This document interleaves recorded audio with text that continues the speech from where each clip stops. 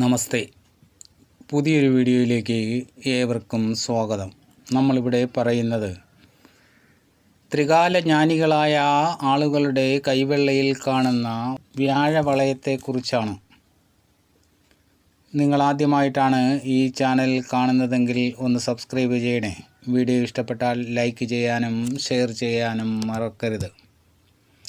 ചിത്രത്തിൽ കാണുന്നത് പോലെ കൈവെള്ളയിലെ ചൂണ്ടുവിരലിൻ്റെ അടിയിൽ വ്യാഴമണ്ഡലത്തെ വലയം ചെയ്തുകൊണ്ട് കാണപ്പെടുന്ന രേഖയാണ് വ്യാഴവളയം അഥവാ ഗുരുവളയം എന്നും പറയും. ചിലരുടെ കയ്യിൽ ഇത് പൂർണ്ണമായും വലയം ചെയ്യപ്പെട്ട് കാണാറില്ല. പല രീതിയിലും കാണപ്പെടുന്നുണ്ട്. പാശ്ചാത്യർ ഇതിനെ സോളമൻ റിങ് എന്നും പറയും. അതായത് സോളമൻ രാജാവിൻ്റെ കയ്യിൽ കാണാൻ കഴിഞ്ഞിട്ടുള്ളതായി ഇത് പാശ്ചാത്യർ രേഖപ്പെടുത്തുന്നു. സോളമൻ രാജാവ് ത്രികാലജ്ഞാനിയായ ഒരു ഭരണാധികാരിയായിരുന്നു എന്നാണ്. അദ്ദേഹത്തിൻ്റെ കയ്യിൽ ഈ വ്യാഴവളയം കാണപ്പെടുന്നുണ്ടായിരുന്നു. അതിനാലാണ് പാശ്ചാത്യർ ഇതിനെ സോളമൻ റിങ് എന്ന് വിശേഷിപ്പിക്കുന്നത്. അമേരിക്കൻ ഗവേഷകർ ഇതിനെ ജ്ഞാനരേഖയെന്ന് വിശേഷിപ്പിക്കുന്നു. ഈ രേഖ എല്ലാവരുടെയും കൈകളിൽ കാണാൻ കഴിയില്ല എന്ന ഒരു പ്രത്യേകതയുണ്ട്. നല്ല വിജ്ഞാനികളുടെ കൈകളിലാണ് ഇത് കാണാൻ കഴിയുക.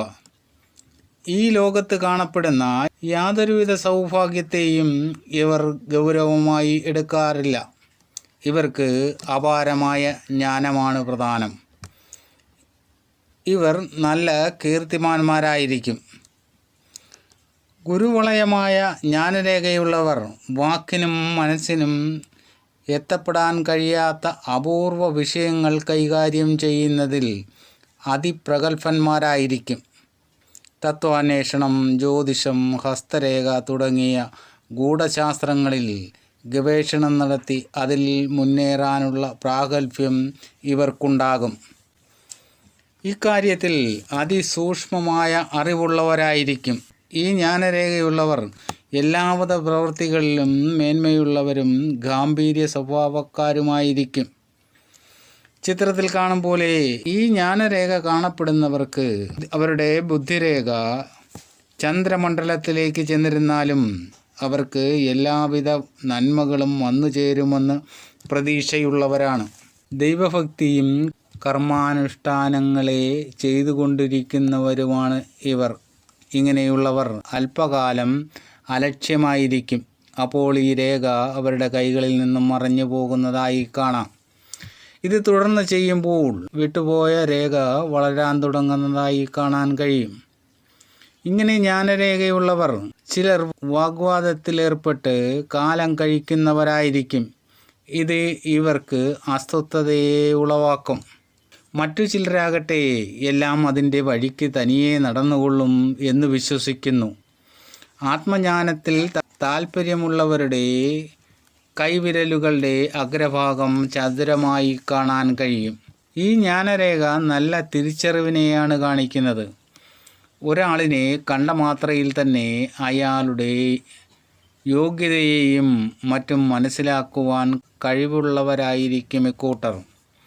ഏത് കാര്യവും വളരെ എളുപ്പത്തിൽ തന്നെ മനസ്സിലാക്കാൻ കഴിവുള്ളവരായിരിക്കും.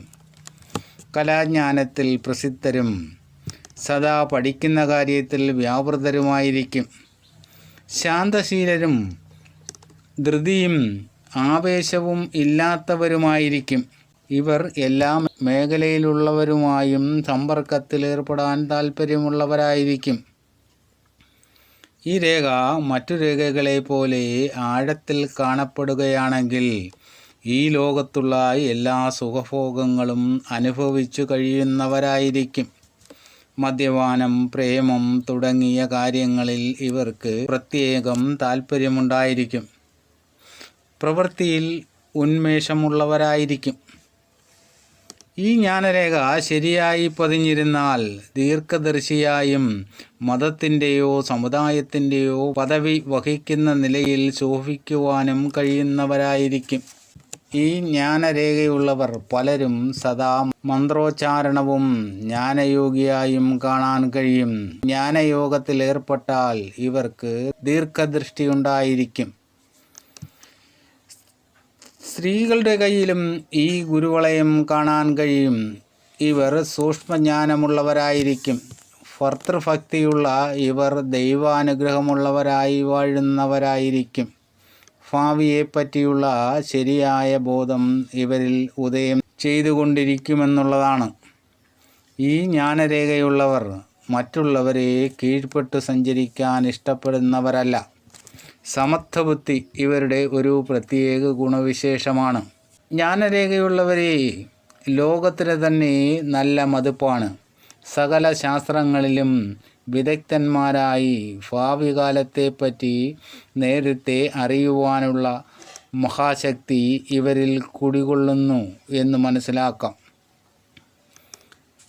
ഇവർ ഉയർന്ന സ്ഥാനങ്ങളിൽ എത്തപ്പെട്ട് ശോഭിക്കുന്നതായി കാണാൻ കഴിയും. പുരുഷന്മാരുടെ വലത് കൈയും സ്ത്രീകളുടെ ഇടത് കൈയുമാണ് നോക്കേണ്ടത്. കൈവെള്ളയിലെ വ്യാഴമണ്ഡലത്തിൽ കാണുന്ന വ്യാഴവളയത്തെക്കുറിച്ചാണ് ഇവിടെ പറഞ്ഞത്. ഇങ്ങനെയുള്ള അറിവുകൾ നേടുവാൻ നിങ്ങൾ ഈ ചാനൽ സബ്സ്ക്രൈബ് ചെയ്യുക. വീഡിയോ ഇഷ്ടപ്പെട്ടാൽ ലൈക്ക് ചെയ്യാനും ഷെയർ ചെയ്യാനും മറക്കരുത്. അടുത്ത വീഡിയോ കാണുന്നതുവരെ നിങ്ങൾക്കെൻ്റെ നമസ്കാരം.